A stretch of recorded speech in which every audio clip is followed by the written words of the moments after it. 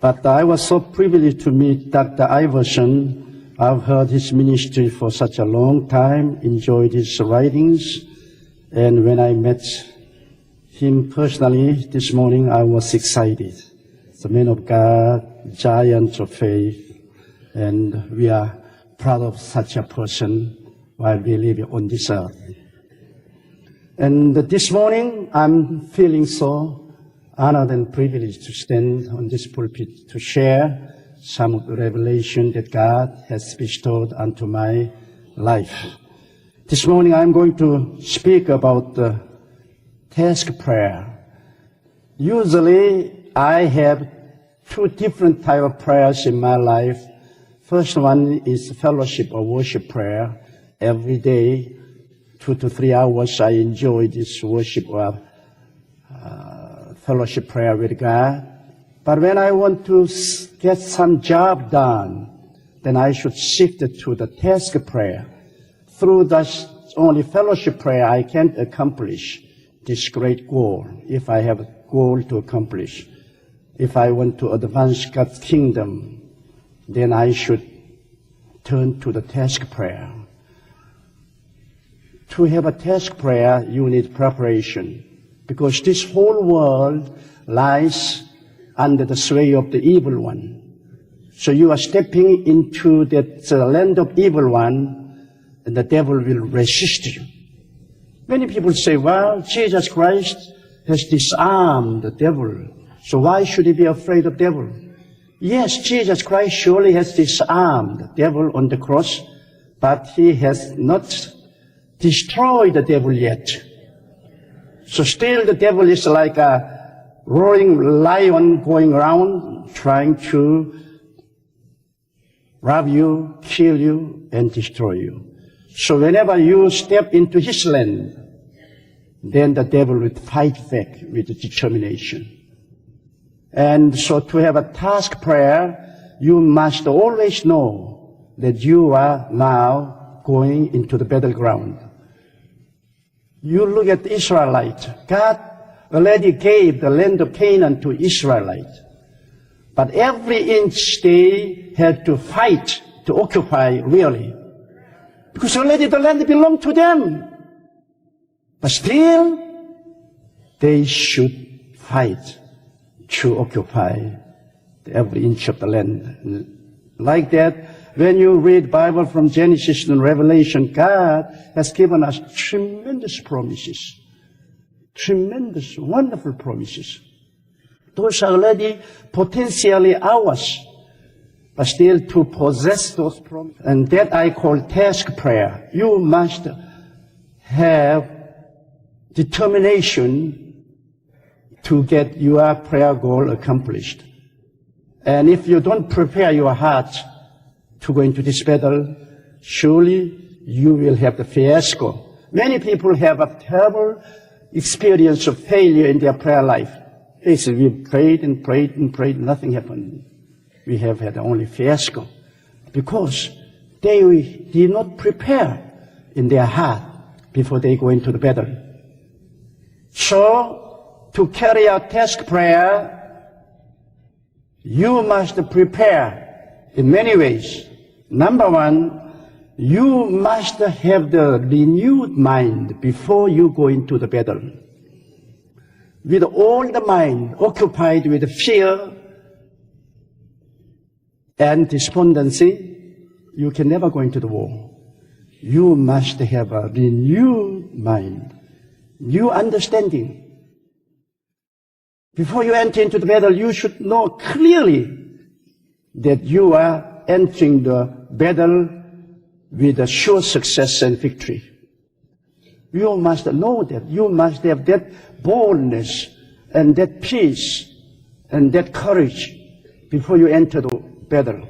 When you enter into the battle with a foggy mind, uncertain about victory, then all of your prayer would result into fiasco. 13 years ago, great necessity occurred in Korean Protestant church to start daily newspaper. We were forced to start our Christian daily newspaper to protect Protestant church from the heretics and from government.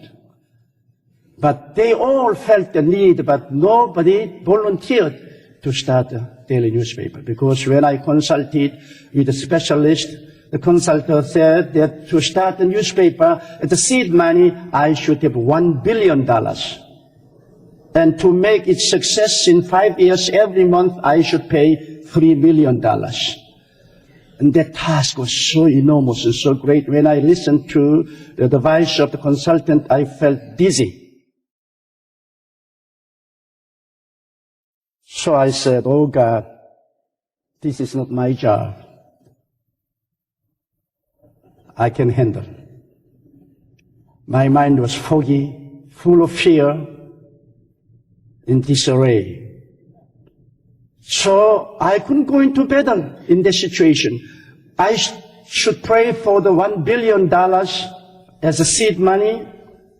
Then I should pray that God will supply $3 million every month for 5 years.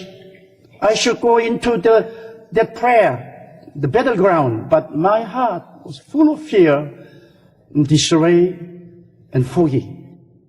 So I was waiting upon the Lord, and I was praying, because all the pastors in Korea and Christians expect me to do that work, because we have the largest congregation. So they said, Joe, you must do that.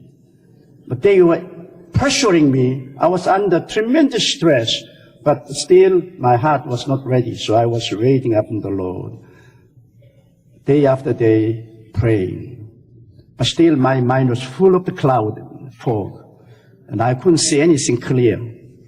But one day, after the early morning prayer meeting, suddenly the wind of the Holy Spirit blew, and all the fog and the cloud disappeared. And I could see everything as clear as blue sky, that it was God's will for me to start this newspaper. Regardless of the $1 billion and $3 million for every month, those numbers mean nothing to me. I could only see God. And I had a great peace and assurance, and I had a strong, courageous mind. So I went into the battle with a renewed mind, with new understanding. And all through these 13 years, I've fought through. We have built a wonderful Christian daily newspaper, and we are influencing government, business world, and society and whole nation.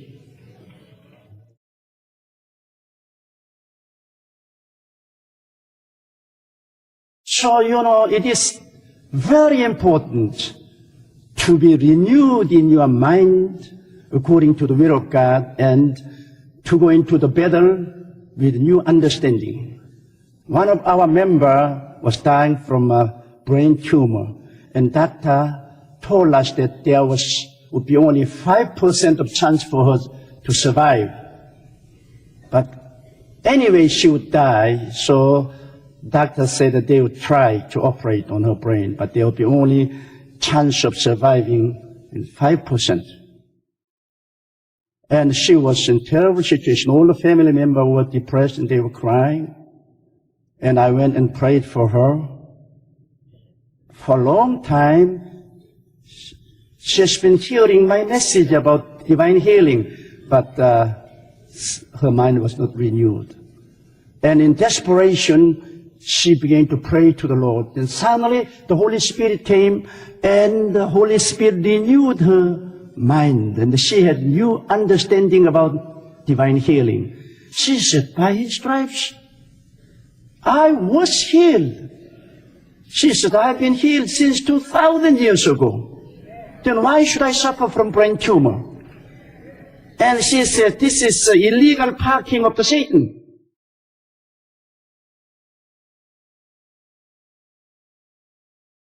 She had new understanding. So she said to her daughter, I'm going to pray the Lord's